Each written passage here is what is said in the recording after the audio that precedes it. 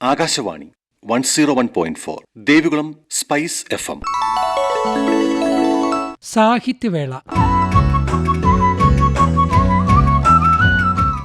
സാഹിത്യവേളയിലേക്ക് എല്ലാ ശ്രോതാക്കൾക്കും ഊഷ്മളമായ സ്വാഗതം.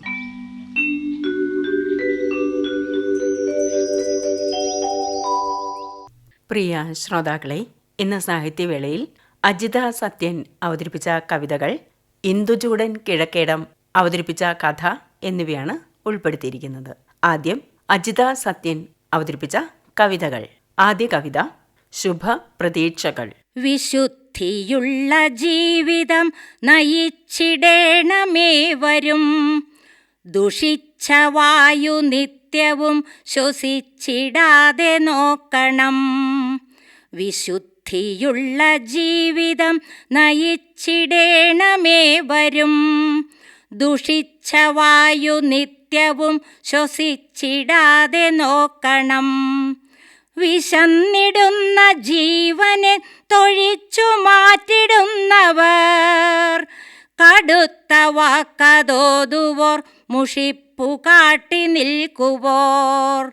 വിശന്നിടുന്ന ജീവനെ തൊഴിച്ചു മാറ്റിടുന്നവർ, കടുത്ത വാക്കതോതുവോർ, മുഷിപ്പു കാട്ടി നിൽക്കുവോർ. അടർക്കളത്തിൽ അജ്ഞരായി തിമിർത്തിടുന്ന നാടകം, കലാപവും പടർത്തിടും വിലാപവും ഉയർത്തിടും. അടർക്കളത്തിൽ അജ്ഞരായി തിമിർത്തിടുന്ന നാടകം, കലാപവും പടർത്തിടും വിലാപവും ഉയർത്തിടും. തകർന്നു വീണതൊക്കെയും പൊഴിഞ്ഞു പോയ ബന്ധവും, തളിർത്തിടാനുമാകുമോ ഉയർത്തിടാനുമാകുമോ. തകർന്നു വീണതൊക്കെയും പൊഴിഞ്ഞു പോയ ബന്ധവും, തളിർത്തിടാനുമാകുമോ ഉയർത്തിടാനുമാകുമോ. ശുഭപ്രതീക്ഷ എന്നുമേ നിറഞ്ഞിടട്ടെ മാനസം, ദുഷിച്ച ചിന്ത ഹൃത്തിനെ മഥിച്ചിടാതെ കാത്തിടാം. അഴുക്കുചാലു നീക്കിടാം, അകന്ന കണ്ണി ചേർത്തിടാം. തുടിച്ചു നിൽക്കുമോർമ്മകൾ അകത്തടത്തിലേറ്റിടാം. അഴുക്കുചാലു നീക്കിടാം, അകന്ന കണ്ണി ചേർത്തിടാം. തുടിച്ചു നിൽക്കുമോർമ്മകൾ അകത്തടത്തിലേറ്റിടാം. കുമിഞ്ഞു കൂടുമാസ്തിയിൽ മയങ്ങിടാതെ മർത്യരെ, മതിപ്പു കാട്ടി മന്നിതിൽ രമിച്ചിടാതെ ശൂന്യരായി. കുമിഞ്ഞു കൂടുമാസ്തിയിൽ മയങ്ങിടാതെ മർത്യരെ, മതിപ്പു കാട്ടി മന്നിതിൽ രമിച്ചിടാതെ ശൂന്യരായി. സമത്വബോധമുള്ളിലായി സ്ഫുരിച്ചു നിൽക്കണം സദാ, നിറഞ്ഞ രോഷബാധയെ പിളർത്തിടേണമേവരും. സമത്വബോധമുള്ളിലായി സ്ഫുരിച്ചു നിൽക്കണം സദാ, നിറഞ്ഞ രോഷബാധയെ പിളർത്തിടേണമേവരും. ക്ഷമിച്ചിടാൻ പഠിക്കണം, പകുത്തിടാൻ ശ്രമിക്കണം, പകർന്നു നൽകിടാമിനി തെളിഞ്ഞ വെട്ടമൂഴിയിൽ.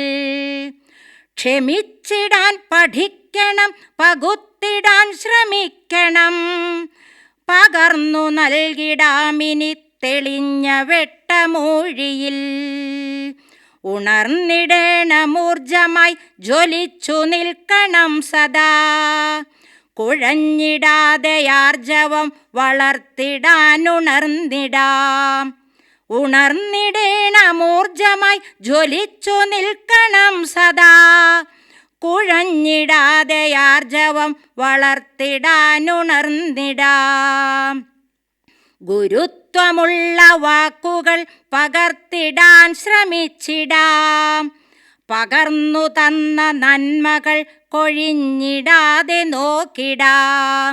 ഗുരുത്വമുള്ള വാക്കുകൾ പകർത്തിടാൻ ശ്രമിച്ചിടാം. പകർന്നു തന്ന നന്മകൾ കൊഴിഞ്ഞിടാതെ നോക്കിടാം. മഹാന്ധകാര വിത്തിനെ പറിച്ചു മാറ്റിടാനിതാ ഉദിച്ചുയർന്ന സൂര്യനായി കുതിച്ചിടാം മനുഷ്യരായി. മഹാന്ധകാര വിത്തിനെ പറിച്ചു മാറ്റിടാനിതാ ഉദിച്ചുയർന്ന സൂര്യനായി കുതിച്ചിടാം മനുഷ്യരായി. പുകക്കറുപ്പു നീക്കിയാൽ അകത്തുടിപ്പു കണ്ടിടാം. തകർന്നടിഞ്ഞ ഹൃത്തടം കുളിർമയുള്ളതാക്കിടാം. പുകക്കറുപ്പു നീക്കിയാൽ അകത്തുടിപ്പു കണ്ടിടാം. തകർന്നടിഞ്ഞ ഹൃത്തടം കുളിർമയുള്ളതാക്കിടാം. മനക്കരുത്തു നേടിടാം, ശിരസ്സുയർത്തി നിന്നിടാം. പിറന്നു വീണ മണ്ണിനെ പുണർന്നു ധന്യരായിടാം. മനക്കരുത്തു നേടിടാം, ശിരസ്സുയർത്തി നിന്നിടാം. പിറന്നു വീണ മണ്ണിനെ പുണർന്നു ധന്യരായിടാം. തുടർന്ന് അമ്മക്കിളി.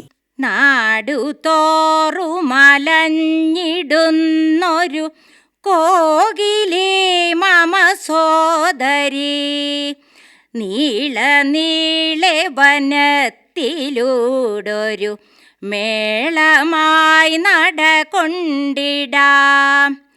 നാടുതോറുമലഞ്ഞിടുന്നൊരു കോകിലേ മമ സോദരി, നീള നീളെ വനത്തിലൂടൊരു മേളമായി നടകൊണ്ടിടാം. കൂട്ടുകൂടി നടക്കുവാനൊരു പൂതിയോടെ നടക്കവേ, ആശ പൂവണിയാനിവൾക്കൊരു നേരമായതുപോലെയാം. കൂട്ടുകൂടി നടക്കുവാനൊരു പൂതിയോടെ നടക്കവേ, ആശ പൂവണിയാനിവൾക്കൊരു നേരമായതുപോലെയാം. എത്ര കാലമിതേകയായൊരു കൂട്ടിലായി കഴിയുന്നെടോ, ആരുമെന്നുടെ ചാരെ വന്നൊരു സാന്ത്വനം പറയാതെയായി. നീറുമെന്നുടെ ചിന്തനം പല ദുഃഖവും നിഴലിച്ചിടും. ദൂരയാത്രയിലൂടെ മാനസമാകവേ കുളിരേകിടും. കാത്തിരുന്നു മടുത്തു പൈങ്കിളി മക്കളെ പുണരാനുമായി, പെറ്റതായയെ നോക്കിടുന്നതു മോശമായി കരുതുന്നവർ, വ്യർത്ഥമാമൊരു കാത്തിരിപ്പിതു വേദനയ്ക്കുതകുന്നതാം. തേടിടുന്നൊരു സാന്ത്വനം പ്രിയ ഗായികെ അറിയുന്നുവോ? ഏതു രാഗമുതിർത്തിടുന്നിനി ഗാനലോലുപയാണു നീ, കേട്ടിടാനൊരു മോഹമോടെ ദിനങ്ങളേറെയലഞ്ഞുഹ. ദൂരെയുള്ളൊരു മാമരത്തിലെ ചില്ലയൊന്നിലിരുന്നിടാം. കാറ്റുകൊണ്ടു രസിച്ചു പാടിടുകൻ്റെ ചാരയിരുന്നു നീ. ദൂരെയുള്ളൊരു മാമരത്തിലെ ചില്ലയൊന്നിലിരുന്നിടാം. കാറ്റുകൊണ്ടു രസിച്ചു പാടിടുകൻ്റെ ചാരയിരുന്നു നീ. അവസാനമായി ശക്തി സ്രോതസ്. ഉയർന്നിടുന്നോരുദയാർക്കബിംബം നഭസ്സിലെന്നും പ്രഭവീശി നിൽപ്പു. നിറഞ്ഞിടുന്നു പുതുശോഭയെങ്ങും പരത്തിടുന്നു കിരണപ്രകാശം. ഉയർന്നിടുന്നോരുദയാർക്കബിംബം നഭസ്സിലെന്നും പ്രഭവീശി നിൽപ്പു. നിറഞ്ഞിടുന്നു പുതുശോഭയെങ്ങും പരത്തിടുന്നു കിരണപ്രകാശം. ഉണർന്നിടുന്നു മിഴിവോടെയെന്നും നമിച്ചിടുന്നു തൊഴുകൈയുമായി. ഉണർന്നിടുന്നു മിഴിവോടെയെന്നും നമിച്ചിടുന്നു തൊഴുകൈയുമായി. അകത്തടങ്ങൾ നിറസാന്ദ്രമായി പുണർന്നിടുന്നു പുതുമോടിയോടെ. അകത്തടങ്ങൾ നിറസാന്ദ്രമായി പുണർന്നിടുന്നു പുതുമോടിയോടെ. പ്രപഞ്ചസത്യപ്പൊരുളിൻ്റെ മുന്നിൽ ജയിച്ചിടാനോ കഴിവില്ലയാർക്കും. പ്രപഞ്ചസത്യപ്പൊരുളിൻ്റെ മുന്നിൽ ജയിച്ചിടാനോ കഴിവില്ലയാർക്കും. അഹന്തയൊട്ടും നിപതിച്ചിടാതെ കഴിഞ്ഞുകൂടാം ഭുവനത്തിലെന്നും. അഹന്തയൊട്ടും നിപതിച്ചിടാതെ കഴിഞ്ഞുകൂടാം ഭുവനത്തിലെന്നും. അടിച്ചു വീഴ്ത്താൻ തുനിയുന്ന മർത്യൻ ഭയന്നിടുന്നീ മിഹിരൻ്റെ മുന്നിൽ. അടിച്ചു വീഴ്ത്താൻ തുനിയുന്ന മർത്യൻ ഭയന്നിടുന്നീ മിഹിരൻ്റെ മുന്നിൽ. ബലക്ഷയത്താൽ ചിറകറ്റു വീഴും ജ്വലിച്ചു തീരും നിമിഷത്തിലെല്ലാം. ബലക്ഷയത്താൽ ചിറകറ്റു വീഴും ജ്വലിച്ചു തീരും നിമിഷത്തിലെല്ലാം. ജയിച്ചിടാനായവരൻ്റെ മുന്നിൽ വരച്ചു കാട്ടുന്ന ദുഷിച്ച ചിത്രം. ജയിച്ചിടാനായവരൻ്റെ മുന്നിൽ വരച്ചു കാട്ടുന്ന ദുഷിച്ച ചിത്രം. തകർന്നിടുന്നു ഇരുളേറ്റിടുന്നു വിറച്ചിടുന്നീ ക്ഷിതിയിൽ ജനങ്ങൾ. തകർന്നിടുന്നു ഇരുളേറ്റിടുന്നു വിറച്ചിടുന്നീ ക്ഷിതിയിൽ ജനങ്ങൾ. വെളിച്ചമേകുന്ന പ്രഭാകരൻ്റെ കൃപാകടാക്ഷം നിറയട്ടെ മന്നിൽ. വെളിച്ചമേകുന്ന പ്രഭാകരൻ്റെ കൃപാകടാക്ഷം നിറയട്ടെ മന്നിൽ. ദുഷിപ്പു കാട്ടാതെയുണർന്നിടാനായി മനസ്സിലെന്നും തെളിവേകിടേണം. ദുഷിപ്പു കാട്ടാതെയുണർന്നിടാനായി മനസ്സിലെന്നും തെളിവേകിടേണം.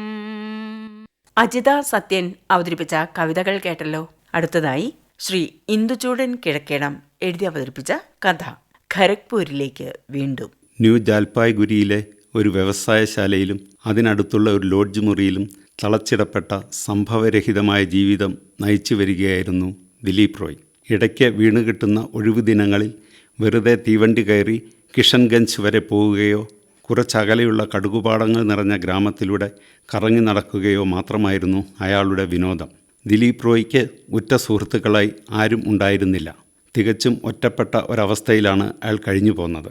റെയിൽവേ സ്റ്റേഷനടുത്തുള്ള മരുന്ന് കടയിൽ നിന്നും പലതരം മരുന്നുകൾ വാങ്ങുകയും തനിക്ക് അനുഭവപ്പെട്ടു പോരുന്ന രോഗങ്ങൾക്ക് സ്വയം ചികിത്സ നിശ്ചയിച്ച് തരാതരം പോലെ മരുന്നുകൾ എടുത്ത് കഴിക്കുകയും ചെയ്യുന്നൊരു സ്വഭാവം ദിലീപ് റോയ്ക്കുണ്ടെന്ന് മറ്റാരും അറിഞ്ഞില്ല. ഉഷ്ണകാലങ്ങളിൽ വെളുപ്പിന് 4:30 തന്നെ അയാൾ ഉറക്കമുണരും. അപ്പോൾ നേർത്ത പകൽ വെളിച്ചം പെയ്തു തുടങ്ങിയിരിക്കും. തലവേദനയോ പല്ലുവേദനയോ ശ്വാസം മുട്ടലോ വയറുവേദനയോ ഏത് രോഗമാണ് തന്നെ ഇന്ന് ആക്രമിക്കാനുള്ള ലക്ഷണം കാട്ടിത്തുടങ്ങിയിട്ടുള്ളത് എന്ന് റോയ് ആലോചിക്കും. മരുന്നുപെട്ടിയിൽ നിന്നും തിരഞ്ഞെടുത്ത ചില ഗുളികകൾ കഴിച്ച് അയാൾ പ്രഭാത ജോലികൾ തുടങ്ങും. ദൂരെ ഖരഗ്പൂരിലുള്ള തൻ്റെ വീട്ടിൽ താമസിക്കുന്ന കാലം മുതൽ ദിലീപ് റോയ് തുടങ്ങിവെച്ചതാണ് സ്വയം മരുന്ന് നിശ്ചയിച്ച് കഴിക്കുന്ന ഈ രീതി. ഏതെങ്കിലും ഒരു രോഗമോ അതിനുള്ള മരുന്ന് കഴിക്കലോ ഉണ്ടായില്ലെങ്കിൽ അയാൾക്കുറക്കം വരില്ല. ഖരഗ്പൂരിലെ തൻ്റെ കൊച്ചു വീട്ടിൽ വാസവി ഇപ്പോൾ എന്തു ചെയ്യുകയാവും എന്നയാൾ ആലോചിച്ച് ഇരിക്കും. പ്രായമേറെയായ അച്ഛനമ്മമാരെ പരിചരിക്കുകയോ മാലതി മോളെ ഉറക്കുകയോ ആവും അവൾ. വാസവിയെയും മകളെയും ന്യൂ ജാൽപായ്ഗുരിയിലേക്ക് കൊണ്ടുവരണമെന്ന് അയാൾ പലപ്പോഴും വിചാരിക്കും. പക്ഷേ വീട് പൂട്ടിയിട്ട് വയസ്സായ മാതാപിതാക്കളെയും കൂട്ടിക്കൊണ്ടുവന്ന് ഇവിടെ പാർക്കുക ബുദ്ധിമുട്ടാണ്. NJPയിൽ ഒരു വീടെടുക്കാൻ മാത്രമുള്ള വരുമാനമൊന്നും ദിലീപ് റോയ്ക്ക് ഉണ്ടായിരുന്നില്ല. അതുകൊണ്ട് അയാൾ ആ മോഹം അടക്കി. അതേപ്പറ്റിയൊക്കെ ആലോചിക്കുമ്പോൾ വെറുമൊരു പാവത്താനായി റോയ്ക്ക് തലവേദന തുടങ്ങും. ഈയിടെയായി അയാളുടെ ഗുളികകൾ തിന്നുന്ന സ്വഭാവം അങ്ങനെ വളർന്നുകൊണ്ടിരിക്കുകയാണ്. നീണ്ടുപോകുന്ന ചണപ്പാടങ്ങൾ കണ്ട് റോയ് വെറുതെ നടക്കും. ഒറ്റപ്പെടലിൻ്റെ കനിവില്ലായ്മയിൽ നൊന്ത് അയാൾക്ക് മടുത്തു തുടങ്ങി. അടുത്ത തവണ ഖരഗ്പൂരിൽ പോകുമ്പോൾ കുറച്ച് ദിവസത്തേക്കെങ്കിലും വാസവിയെയും മാലതിയെയും ഇവിടെ കൊണ്ടുവരണമെന്ന് അയാൾ ഉറച്ചു. വീട്ടിൽ സഹായത്തിന് അയൽവക്കത്തുള്ള ആരെയെങ്കിലും കുറച്ച് ദിവസം നിർത്താം. കാത്തുകാത്തിരുന്ന് ദിലീപ് റോയ് ഖരഗ്പൂരിലേക്ക് യാത്രയായി. തീവണ്ടിയിൽ നല്ല തിരക്കുണ്ടായിരുന്നു. പ്രഭാതം ഉണരുമ്പോൾ പോത്തിൻമുകളിൽ കയറി പാടത്തേക്ക് പോകുന്ന കൃഷിക്കാർ. മൺകപ്പിലെ ചായ കുടിച്ച് കപ്പ് വലിച്ചെറിഞ്ഞുകൊണ്ട് റോയ് ചിന്താധീനനായി. ഗുളികകൾ എടുക്കാത്തതിൽ അയാൾക്ക് ദുഃഖം തോന്നി. മുട്ടിനു വരുന്ന സ്റ്റേഷനുകളിൽ തീവണ്ടി കണക്കില്ലാതെ വൈകിയപ്പോൾ അയാൾ അക്ഷമനായി. ബസ്സിന് മുകളിൽ കയറിയിരുന്ന് യാത്ര ചെയ്യുന്ന സഞ്ചാരികളെ നോക്കി റോയ് സാന്ത്വനപ്പെടാൻ ശ്രമിച്ചു. രസഗുളക്കാരുടെയും പാൻകാരുടെയും കാതടയ്ക്കുന്ന ആരവം. അയാൾ മകൾക്ക് വേണ്ടി കുറച്ച് രസഗുള വാങ്ങിയത് വിൽപ്പനക്കാരുടെ ശല്യം ഒഴിവാക്കാൻ കൂടിയാണ്. കോട്ടയെ ഓർമ്മിപ്പിക്കുന്ന സ്റ്റേഷനുകൾ കടന്ന് ഒടുവിൽ ഖരഗ്പൂരിൽ.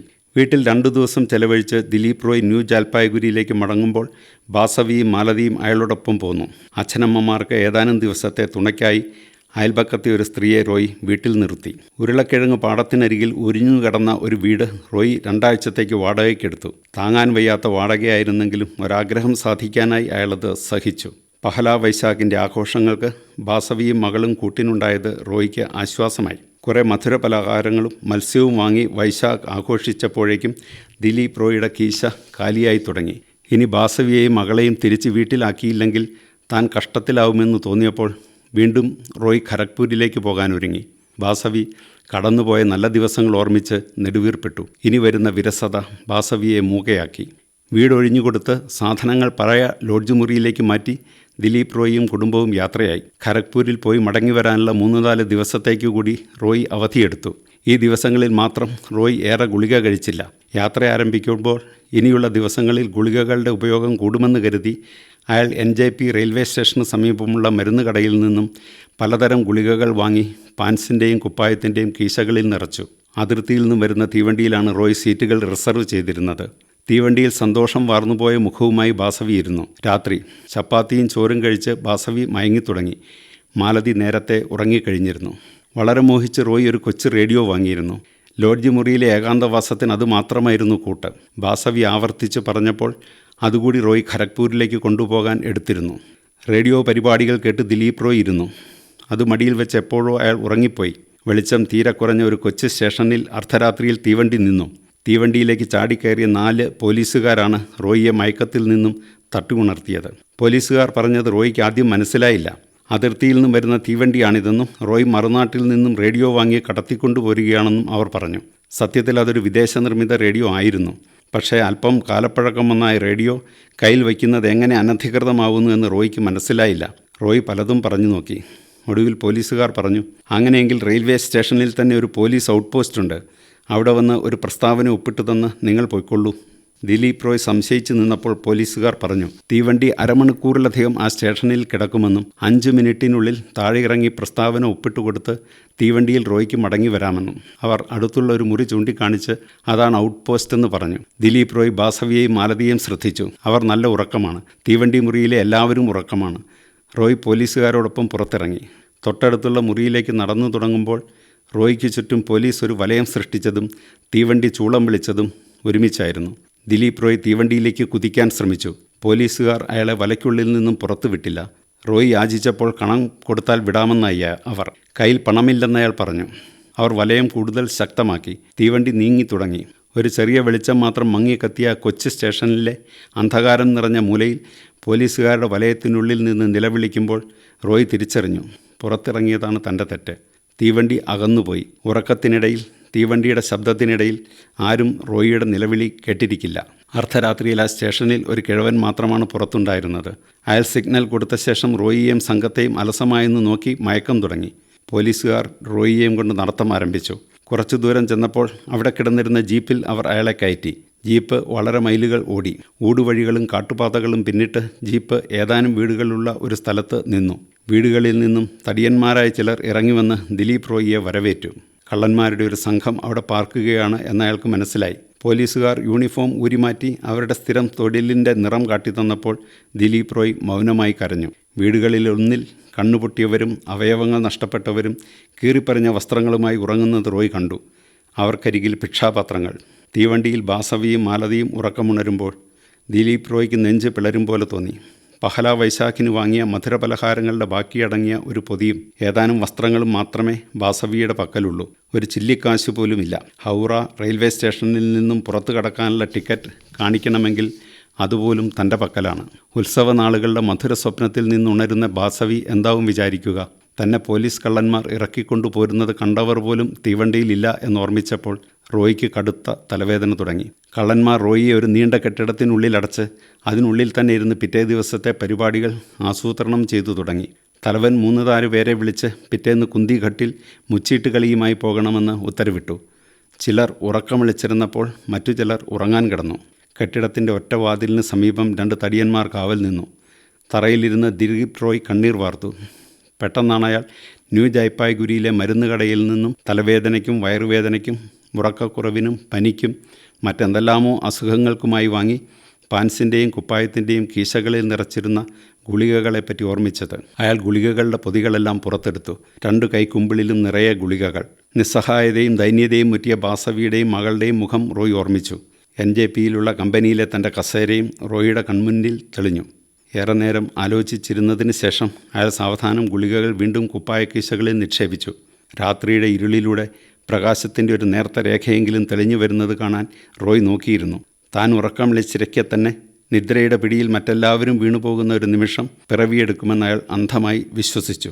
ആ വിശ്വാസം പകർന്ന ക്ഷണിക സമാശ്വാസങ്ങളുമായി ദിലീപ് റോയ് വെളിച്ചത്തിൻ്റെ അനിശ്ചിത മുഹൂർത്തവും കാത്ത് ഇരുന്നു. ഖരഗ്പൂരിലേക്ക് വീണ്ടും ശ്രീ ഇന്ദുചൂടൻ കിഴക്കേടം അവതരിപ്പിച്ച കഥയാണ് നിങ്ങൾ ഇതുവരെ കേട്ടത്.